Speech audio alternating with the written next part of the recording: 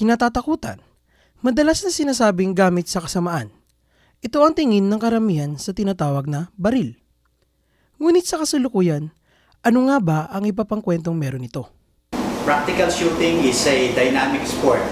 Unlike the precision type of shooting, it involves a lot of movement and different scenarios.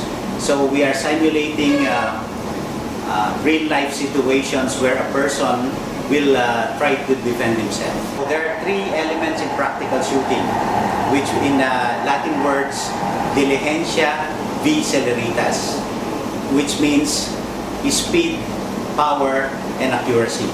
So you need to be fast, but at the same time, you also need to be accurate. Practical shooting started in the 1950s in California. It was started by Colonel Jeff Cooper. And then around 1982, Congressman Jack Enrile, because he studied in the US, he was exposed to the sport of practical shooting. So he brought the sport from the US to the Philippines and formed the Philippine Practical Shooting Association, or the PPSA. So that's how PPSA started in the Philippines.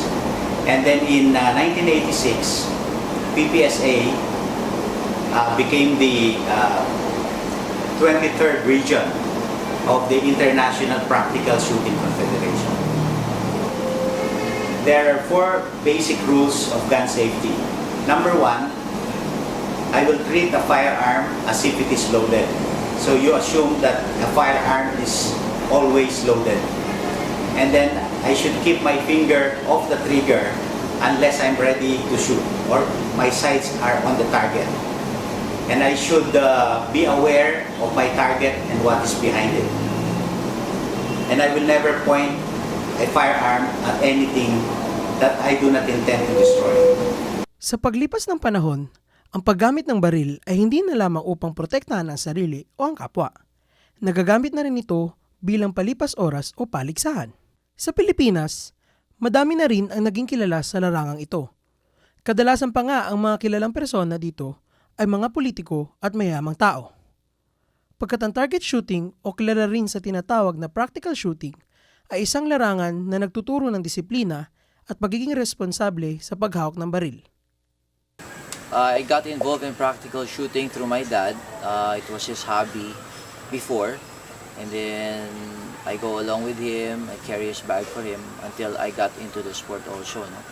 This was in '85, and up to the present, I'm still active with practical shooting. I think the best way to promote responsible gun ownership is through sports. No? Like what our organization is doing right now, the Philippine Practical Shooting Association. We host several tournaments, no? And then we conduct seminars also, teaching people how to handle firearms. This is a lot better, no? Introducing the sport, introducing the guns, practical shooting as a sport, no? Rather than hearing about it in the newspaper with all these criminals involving the firearms, no, for their crimes. So the best way to remove that from the thinking of the civilians or most of the people is through sport. The association is really trying to host as much competition as they could. Like in any sport, I think the best thing that we can learn from practical shooting is this discipline. Because we're dealing with the real ammunition here, no? It's a firearm, it's a real firearm, it's a real ammunition. It can destroy, it can hurt somebody, it can even kill people, no? So the discipline that we need for us to be carrying this for competition and shooting a live ammo is very important. So the number one is discipline and knowing yourself on how to handle a firearm. You can avail your firearms, no, through gun dealers.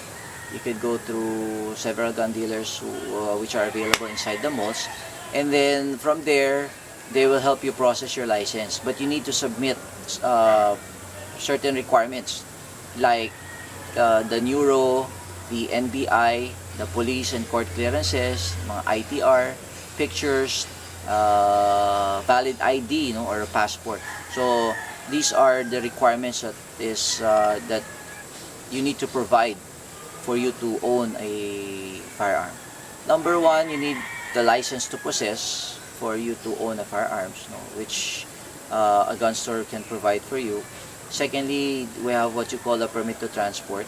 This is a permit that was given by the firearms office. It allows you to bring your firearm from the range to your residence with certain rules, no, and 1 kilometer radius, no, from your house to the shooting range. You cannot deviate your way. You're only allowed 1 kilometer radius to bring your firearm to and from the range. And then the third one is the permit to carry. This allows you to carry your firearm anywhere in 12 regions of the Philippines with certain restrictions also. It has to be concealed inside the bag, yan, or inside your car. But this allows you to bring your firearms anywhere in the Philippines. Properly holding the gun is one of the most important things in what we call trigger control. Trigger control means firing the gun without any physical effect of the handler towards the gun. Now, the basic handling of gun is just like this. Make sure that the gun is seated properly, where the direction of the gun is straight from the axis of the arm. Not like this, not like that. It should be straight from the arm, just like this. Now the direction of the gun should also be in the direction of the arm. It's not like that, or it's not like this. But it is a straight, same direction, and you can see that it is straight on my axis. This one, you have to bend this all the way. It's not turning, but it's bending. And then trying to align the top portion of your palm towards and align with the top portion of the plastic grip. It's just like this. It's forming approximately 45 degrees. The thumb finger points where the muscle points, like this. And wrap it. Make sure that the index is touching on the lower part of the grip, trigger guard. Okay, just like this. This one assures approximately 100% of the grip, meaning you don't need to hold the gun so tight that it might fly away just in case it fires. With proper grip, just very simple, just like that. And it's just the way how to handle the firearms on the basic form. Sa paglipas ng panahon, nagiging bukas ang isip ng mga tao sa mga bagay na akala natin ay material lamang ng kasamaan. Ang mga bagay tulad ng baril na laging nasasangkot sa patayan, karahasan at pananakit ay maaari din palang pagmulan ng kabutihan. Isang larangang nagtuturo ng katatagan ng loob, disiplina at pagiging responsable, yan ang target shooting.